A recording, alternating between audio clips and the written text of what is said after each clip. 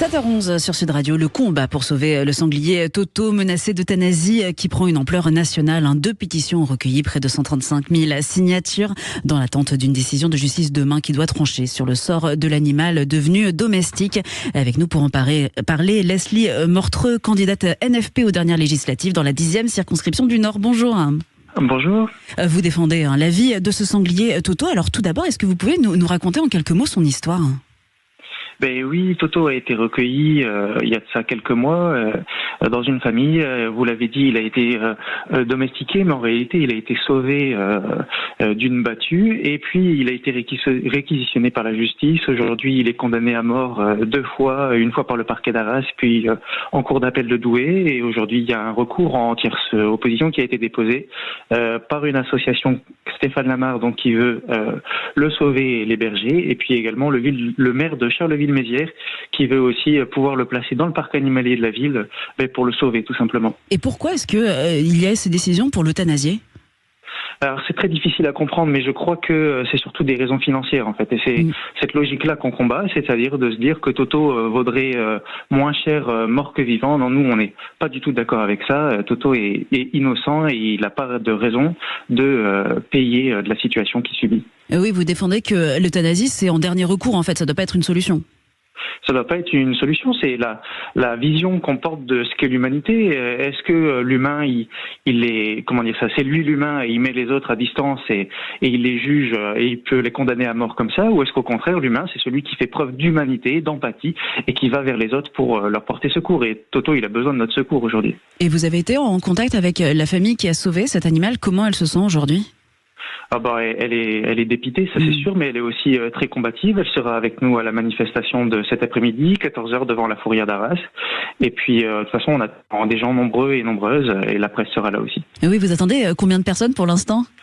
Alors, je saurais pas vous dire précisément. C'est une co-organisation de beaucoup d'associations, et donc, j'ai pas toutes les informations pour vous répondre, mais on sera nombreux, ça c'est sûr. Et c'est une manifestation qui a lieu la veille de la décision de justice qui doit tomber demain, donc. C'est bien ça, mais on est forcément inquiet de cette décision, mais combatif, je vous le disais, il y a des solutions d'hébergement, les pétitions, vous l'avez dit, elles recueillent 135 000 signatures, aujourd'hui vous en parlez, c'est un sujet qui est d'ampleur nationale, en fait Toto est innocent, il est en bonne santé, et il n'y a pas de raison de le tuer, il y a toutes les alternatives qui sont là. Et qu'est-ce qui explique selon vous que Toto, que cette affaire prenne cette ampleur, justement touche autant les gens ? Parce que c'est très concret en fait, c'est-à-dire que parfois pour sauver des animaux, on va faire essayer de changer les mentalités des gens discrètement, etc. Là aujourd'hui, le combat est très concret, c'est Toto sera-t-il mort ou vivant ?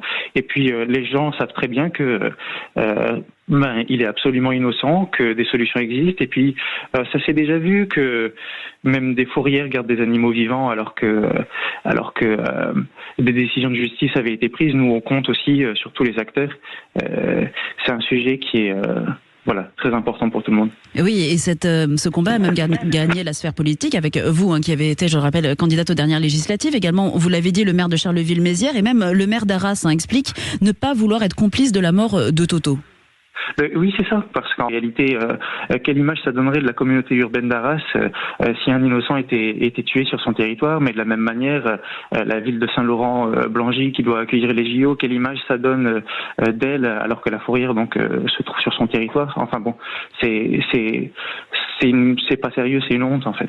Et en cas de décision de justice demain qui n'irait pas dans le sens de la sauvegarde de Toto, qu'est-ce qu'il y a comme recours qui existe derrière ?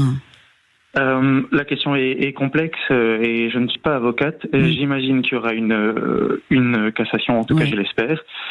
Et nous, dans tous les cas, on continuera le combat, on continuera de visibiliser ce combat qui nous touche, parce que Toto est innocent, je le répète encore. Et est-ce que vous aimeriez aussi que ce combat, du coup, peut-être atteigne des sphères encore plus hautes, atteigne le gouvernement, qu'il y ait quelque chose qui soit fait ? Je ne sais pas s'ils peuvent faire quelque chose eux-mêmes.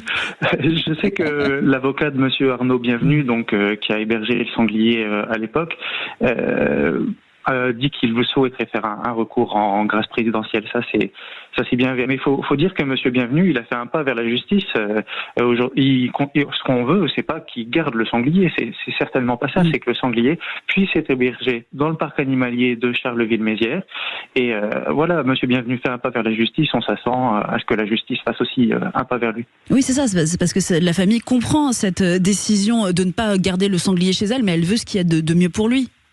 Oui, c'est bien ça. Et puis, il y a d'autres feuilletons comme ça qui avaient défrayé la chronique l'année dernière, il y a 2 ans, pour être exact. Maurice le sanglier, oui, qui avait de la même manière été sauvé parce que l'opinion publique, il avait acquis le public à sa cause. Et je crois qu'aujourd'hui, le public est bien conscient de la gravité de la situation pour Toto et on remercie tout le monde d'ailleurs du soutien. Oui, on rappelle donc il y a 2 pétitions en ligne. Il y a également donc cette manifestation, c'est à 14h aujourd'hui, c'est bien ça? C'est ça, 14h aujourd'hui devant la fourrière de la communauté urbaine d'Arras. C'est une manifestation pacifiste, et il n'y a pas question d'embêter la fourrière. Non, d'être nombreux pour montrer le combat pour sauver cet animal.